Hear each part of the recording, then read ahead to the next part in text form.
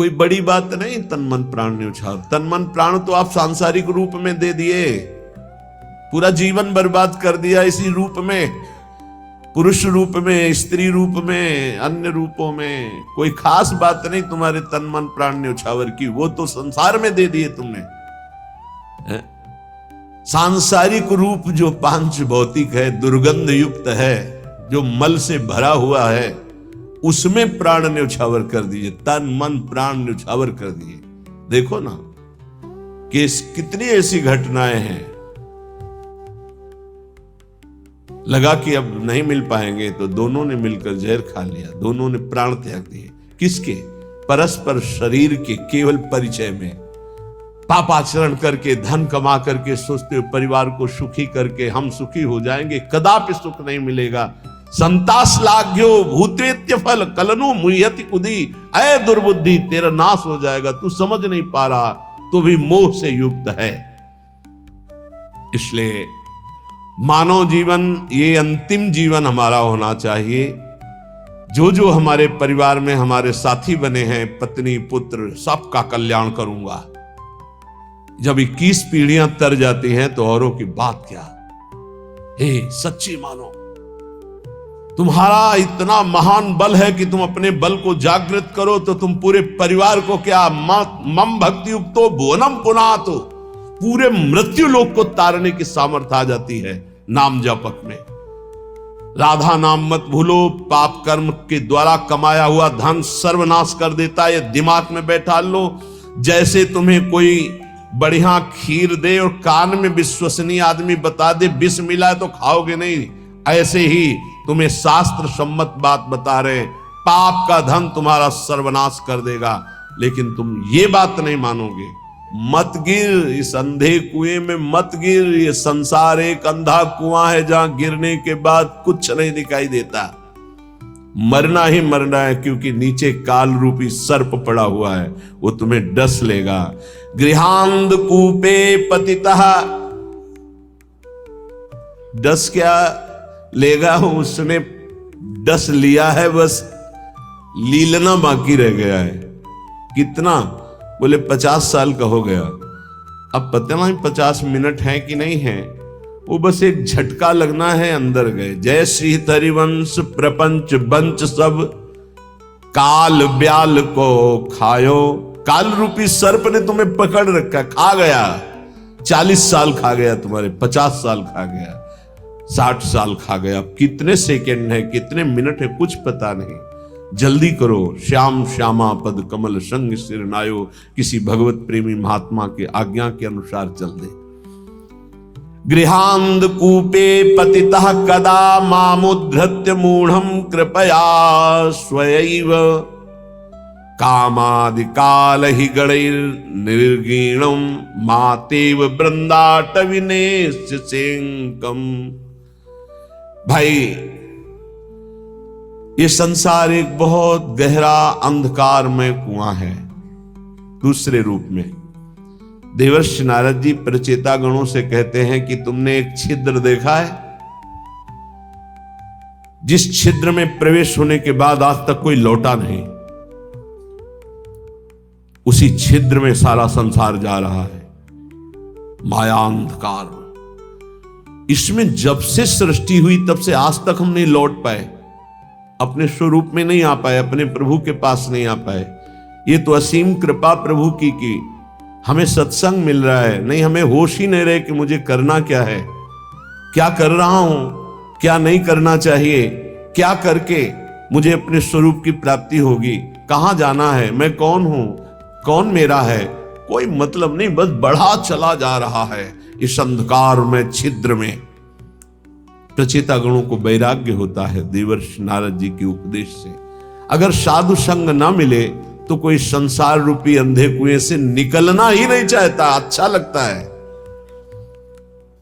गृहांध कूपे, ये गृहस्थी बहुत सुंदर साधन है भगवत प्राप्ति का, बहुत सुंदर साधन है। यदि सुलझ करके संत संग करते हुए संतों के द्वारा बताई रहनी से रहा जाए तो घर में ही भगवत प्राप्ति हो जाए, गृहस्थ धर्म में। पर बहुत कठिन है। गृह कारज नाना जंजाला, तेति दुर्गम शैल विशाला। कलह, अशांति, तृष्णा, वासना, कामना, नाना प्रकार की समस्याएं, नाना प्रकार की चिंताएं, नाना प्रकार की आवश्यकताएं इतनी माया फेंक देती है कि घर गृहस्थी में उलझा हुआ व्यक्ति ये सोच ही नहीं पाता कि मेरा जन्म किस लिए हुआ है। सच्ची कहते हैं आपसे, कभी हमने सुना ही नहीं कि भगवत प्राप्ति करनी है या भगवत प्राप्ति क्या है, कोई चर्चा नहीं सुनी हमने।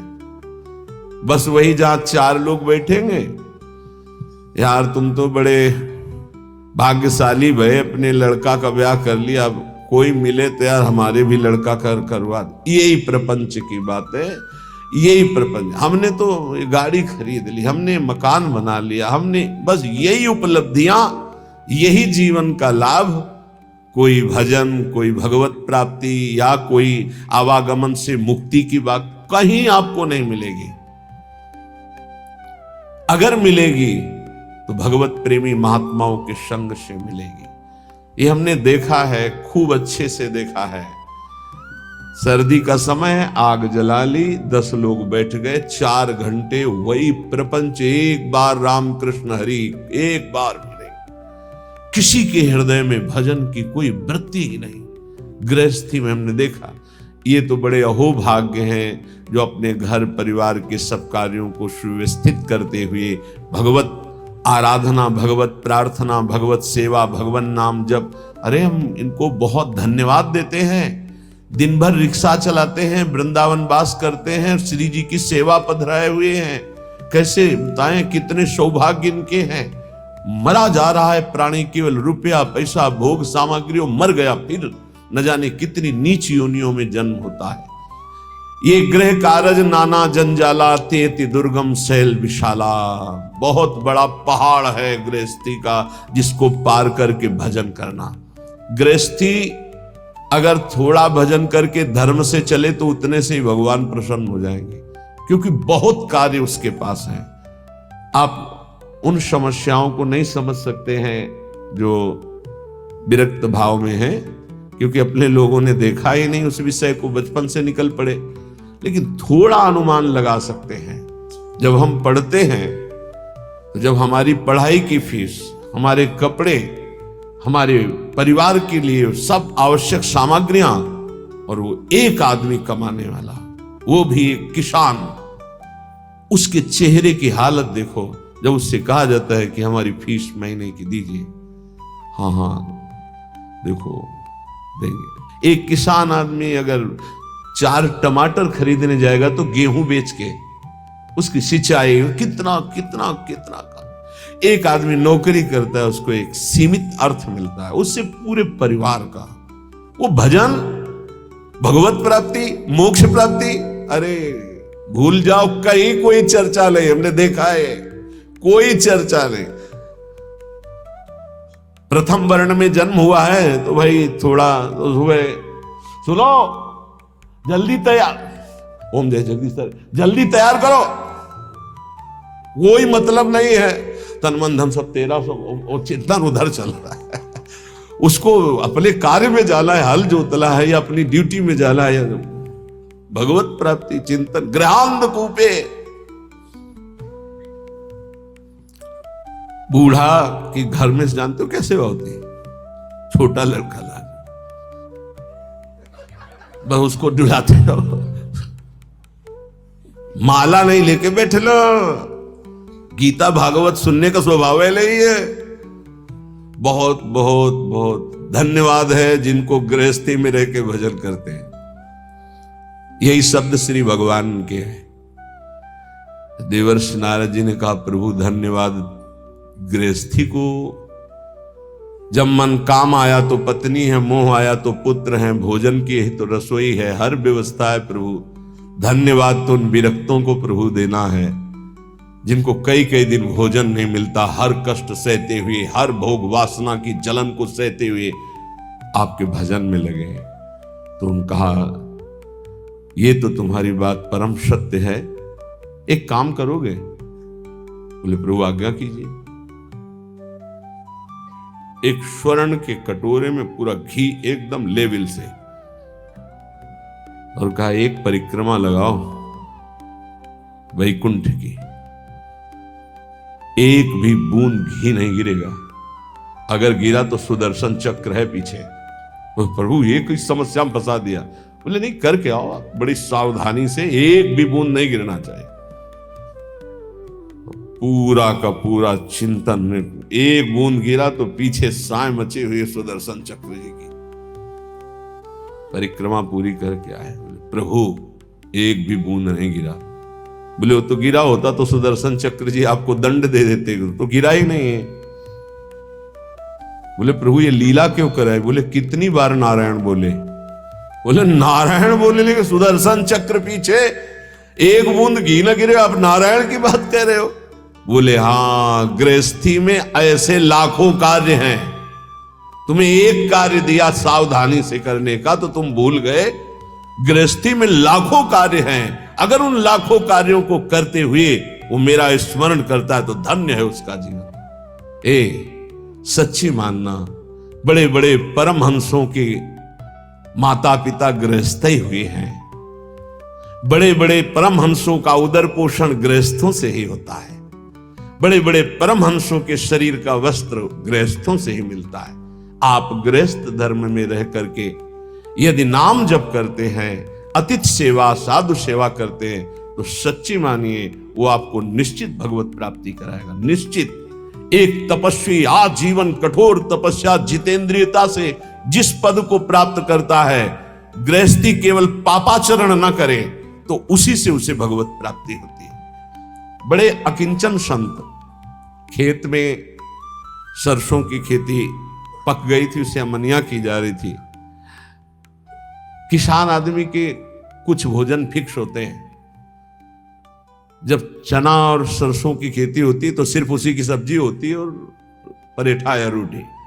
जब आलू की खेती होती है तो आलू की होती है, जब बाजरा ज्वार की खेती तो वही। उस बाजार से खरीद कर खाने वाली समस्या बहुत बड़ी होती है जो खेत में होती है।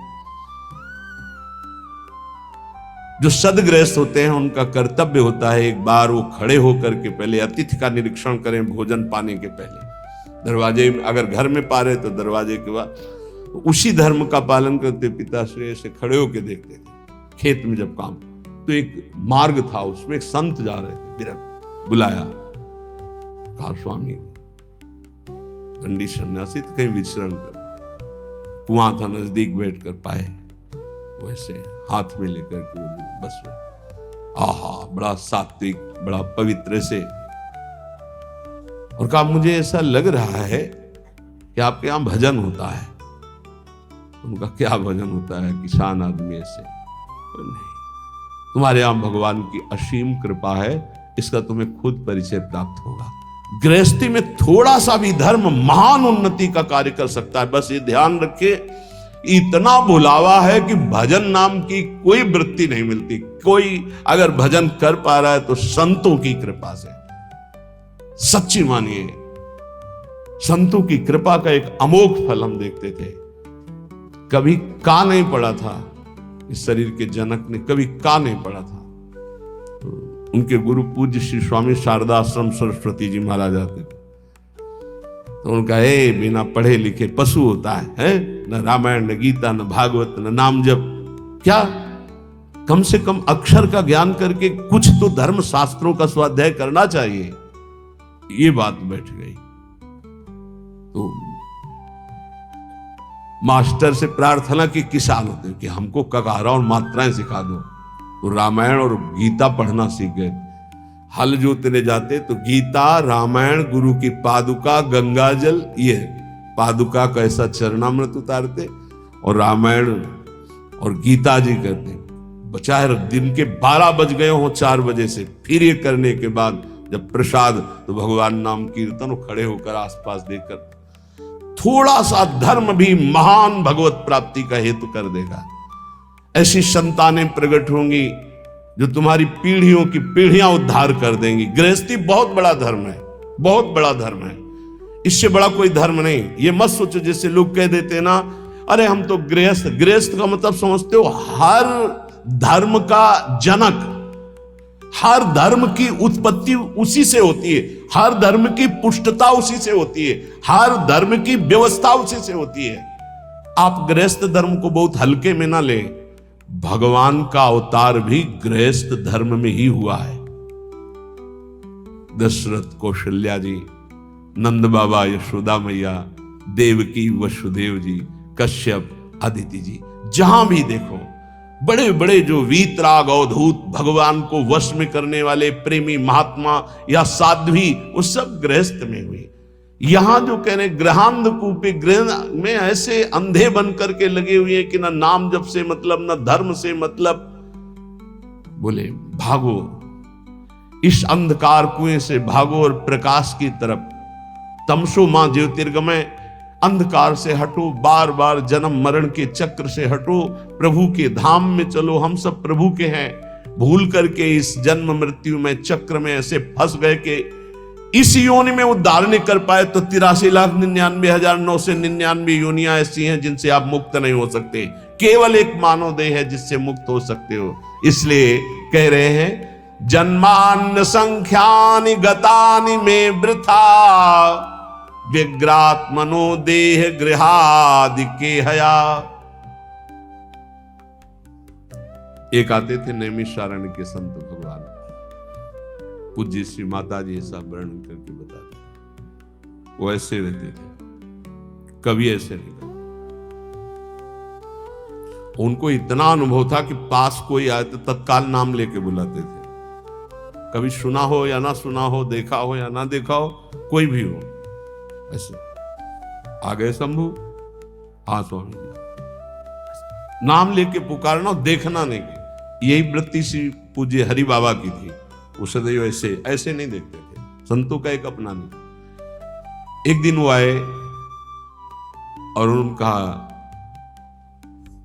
चिलवा आ गया। उनको स्वामी जी अभी तो आप ही आए हो, कोई नहीं, हमें पूछ रहे हमारा चिलवा आया कि नहीं आया। तो स्वामी जी आप ही पहले आए हो, अभी तो घर में कोई आया है? बोले हाँ स्वामी जी संतान हुई है। बोले हाँ चलो आए, ठीक है, जा रहे हैं हम, कुछ दिन में ले जाएंगे। कोई उनके रहस्य को संतों को नहीं समझ, वो कभी किसी की तरफ नहीं देखते थे। अगर गृहांधकूप से कोई मुक्त करने के लिए है तो संत जन। आज हमारा ये दुर्भाग्य हो रहा है, पहले सौभाग्य था कि संत जन विचरण करते हुए गांव गांव घर घर को पावन करते थे। अब कलयुग का ऐसा प्रताप है कि गांव गांव में घेर कर मार डाले जाएंगे, जैसे जंगली पशु को मार डालते हैं ना, ऐसे संतों को मार डालेंगे। ये बच्चा चोर है, ये अमुक चोर है, ये अमुक चोर है। ऐसा मलिनता बढ़ती जा रही, तो इसीलिए बड़े बड़े महात्मा सब तीर्थों में वास करते हैं, भगवत धामों में वास करते हैं। सही बात पूछो, संसार से मुक्त करने के लिए भगवत पार्षद ये संत जन ही हैं। जन्मान्य कितने जन्म व्यतीत, असंख्यानि, गिनती नहीं है, गतानि में वृथा, व्यर्थ चले गए, बहुत बार जन्मे बहुत बार मरे। व्यग्रात्मनो देह गृहादि के हया, ऐसे ही मानता रहा हूं कि मेरी पत्नी, मेरे पुत्र, मेरा घर, मेरा मकान, फिर मरे, फिर वही। अद्यापि मुह्याम्यपि बुद्धिमान हम तवैव वृंदाटवी नाम में गति। आज थोड़ी बुद्धि जागृत है तो मेरी बात मान जाओ, भाग के आ जाओ वृंदावन। एक बार सत्संग सुन जाओ, एक बार बिहारी जी के दर्शन कर लो, एक बार यमुना रस रानी के समीप बैठकर नाम कीर्तन कर लो। ये किनके लिए कह रहे हैं? घर गृहस्थी में हो तो पैसा बढ़े, समय निकले तो विदेश घूमने की बात मन में मत लाओ। धर्म क्षेत्रों की यात्रा करो, भगवत क्षेत्रों की यात्रा करो, वहां संयम पूर्वक पुण्य अर्जन करो, नाम जप करो, तो तुम्हारा परम मंगल हो जाएगा। आज ऐसी बुद्धि खराब हो गई कि लाखों रुपया खर्चा करेंगे लेकिन ऐसी जगह देखेंगे जाके जहां बुद्धि और मलिन हो जाए। कहां जा रहे हैं? अमुक देश में जा रहे हैं। काहे के लिए? बोले नेत्र चराने के लिए जा रहे हैं। जैसे लोग बकरी चराने जाते थे, हम नेत्र चराने जाते हैं। हमें बताया गया क्यों, बताया क्यों? लाखों रुपए की टिकट लगाएंगे लेकिन धाम में आकर के, तीर्थ में जाकर, संगम, काशी, कितने पावन पावन पुरिया हैं, 4 दिन का नाम कीर्तन बैठलवाओ अखंड। 1000, 2000, 4000 संतों को बैठ के पवाओ, उनकी जूठन पाओ, देखो निहाल हो जाओगे। अर्थ का प्रयोग करना भगवान के कृपा पात्रों को आता है। अर्थ का प्रयोग करना भगवान के कृपा पात्रों, शोधन धन्य प्रथम गति जाकी। भगवान के धामों में आकर नाम कीर्तन करो, हमारी बात मान लो। अगर कुछ भी अर्थ तुम्हारे पास ज्यादा है, 4 घंटे नाम कीर्तन बैठलवा दो। तुम नहीं कर सकते हो निरंतर नाम जप, तो ऐसे सहयोग बैठा लो, भजन करने वालों को सुविधा दे दो। श्रीमद् भागवत समर्थ है परम पद प्रदान करने के लिए। 7 दिन संस्कृत से पाठ करवा लो बैठा के। भगवान की महामहिम वांग्मय मूर्ति श्रीमद् भागवत है, सारे पाप भस्म करके श्री कृष्ण की प्राप्ति कराने में समर्थ है, कोई संशय। ये लाभ लो। धाम आ गए, यहां के पशु पक्षियों को, मान लो ज्यादा पैसा नहीं, 2-4 किलो चना लिए फुला दिए, पशु पक्षियों को पवार है, गाय को एक दिन चारा पवा, ये धर्म कार्य करो। लाखों रुपया खर्च करके कहां जा रहे हो संसार को देखने के लिए? भारत जैसी पावन भूमि कहां है? यहां एक से एक ऐसे भजन की वृत्तियां प्रकट हो जाएं, ऐसे धर्म क्षेत्र, तीर्थ क्षेत्र, ऐसे भगवत धाम हैं। श्रीपाद कह रहे असंख्य जन्म बर्बाद कर दिए, लौटो एक बार श्री धाम वृंदावन में आ जाओ। तुम्हारे मोह पास को काटने के लिए समर्थ श्रीधाम वृंदावन सत्संग करा देगा। सत्संग ऐसी कैंची है जो मोह पास का नाश करती है। निज सर्वनाश कर्मात्म सुहृत सुतदार मित्र परिवार गणम परिवंचय कर ही दृढ़ बुद्धि रहम प्रपलाई यामि हरि केली वनम। तुम समझ रहे हो कि हमारा यही कर्तव्य है कि इनका पालन पोषण करके खूब चाहे जितना पाप कर्म करे। तो श्रीपाद कह रहे निज सर्वनाश करो। अपने आत्म स्वरूप का सर्वनाश करने वाले, तेरी ये समझ में नहीं आ रहा कि तू जिस पाप कर्म से धन कमा रहा है तो ये तेरा सर्वनाश कर देगा। तू परिवार को अपना सुहृद समझ रहा है, निज जन समझ रहा है, उसके लिए पाप कर रहा है, ये तेरी दुर्गति कर देगा। मरने वाले की अंतिम इच्छा पूछी जाती है ना, क्या अंतिम इच्छा है? ये जो पुण्य का त्याग करके पाप कर्म करते हुए उन्नति को प्राप्त हो रहे हैं, इनकी अंतिम इच्छा पूरी की जा रही है। बहुत बुरी तरह नष्ट होंगे। ये वृंदावन में आप सत्संग में सुन रहे हैं, इसे दिमाग में बैठा लीजिए। पाप कर्म करने पर जो उन्नति प्राप्त होती है, तो जैसे फांसी देने वाले की अंतिम इच्छा पूरी की जाती है, ऐसे तुम्हारी अंतिम इच्छा है ये, भोग लो इसे। क्यों? तुम्हारे सुकृत अब सब नष्ट हो गए हैं। अब जो तुम्हारे पाप कर्म का फल आने वाला है, सर्वनाश का तांडव होगा। आंख खोल करके समाचारों में और संसार में देख लीजिए, कोई भी रहा न कोकुल रोवन हारा। इतिहास साक्षी पढ़ के देख लीजिए। प्रगट में वर्तमान समय में, भूतकाल में, तो भविष्य में भी ऐसा ही होगा। ये खूब देखी हुई बात, सुनी हुई बात, पढ़ी हुई बात, समझी हुई बात कह रहे हैं। पाप कर्म करने वाले की उन्नति का मतलब है अंतिम इच्छा। अब सर्वनाश का तांडव उसके जीवन में होने वाला है, बहुत बुरी तरह उसका सर्वनाश होता है। इसलिए निज सर्वनाश करो। अपना सर्वनाश करने वाले पाप कर्मों को करके स्त्री पुत्र परिवार आदि की कामनाओं को पूर्ण करने वाले, तेरी दुर्गति होगी, तेरे परिवार की दुर्गति होगी। इस बात को समझ। धर्म पूर्वक चल, तो गृहस्थ धर्म से ही भगवत प्राप्ति, सबका मंगल हो जाएगा। असंख्य जन्म व्यर्थ कर दिए, अब ये मानव जीवन तेरा व्यर्थ ना जाए। इसलिए कोई तुझे ऐसा भी समझाएगा, ऋण ग्रस्तो यायाम कथमह वृंदावनमहम। देखो तुम्हें हमारा ऋण है, मातृ ऋण, पितृ ऋण, ऋषि ऋण और भी जगत के ऋण। तुम कैसे वृंदावन जा सकते हो? कैसे तुम भजन कर सकते हो? कैसे तुम भगवान की आराधना कर सकते हो? नहीं। त्यजेयम व्या वृद्धावगति पितरौ दारसि सुकान। देखो तुम्हारे वृद्ध माता पिता हैं, इनको कैसे, देखो तुम्हारे छोटे पुत्र हैं, इस पत्नी है, इनकी मदगत प्राण, ये तुम पर प्राण न्यौछावर किए, तुम माला लेकर बैठने वाली बात सोचते हो। नहीं नहीं, कथम मां मज्जीवान बत परिहरेयम निज जनान, तुम कैसे अपने निज जनों की याद छोड़कर भगवान की याद कर सकते हो। नहीं, ऐसे फांसता है मोह जाल संसार का। संतासिस्लाघ्यो भूतेत्य फल कलनो मुह्यति कुधी, ए दुर्बुद्धि इसमें मत फंस। इसका तात्पर्य ये नहीं कह रहे कि भाग करके बाबा जी बन जाओ, इसका तात्पर्य कह रहे इनके द्वारा मोह जाल में फंसकर पापाचरण मत कर, धर्म के द्वारा अपने, तभी हमका प्रणाम है उनको जो रिक्शा चलाते, मेहनत करते, ठाकुर सेवा विराजमान किए हुए, नाम जप करते, कंठी तिलक धारण किए हुए, राधा राधा कहकर बोलते, धन्य है उनका जीवन। वो बात तो मान जाओगे कि अगर कोई विश्वसनीय कह दे कि खीर में जहर है खाना मत, तो बिल्कुल नहीं खाओगे। और ये बड़े बड़े सिद्ध महापुरुष संत जन कह रहे हैं कि पाप का कमाया हुआ धन महान विष तुम्हारे पुत्र, तुम्हारी संतति, तुम्हारे परिवार का सर्वनाश कर देगा। बिल्कुल नहीं मानना। अतरे दिन घटना सुनते हो, बढ़िया गाड़ी में बैठे जा रहे हैं, पूरे बोले 7 लोग जल गए, 6 लोग जल। आप क्यों नहीं समझ रहे हैं? वो जला जला के पाप कर्म के द्वारा किया हुआ जो अर्थ है, उसी गाड़ी में तुम बैठे हो, वही तुम्हें जलाएगा।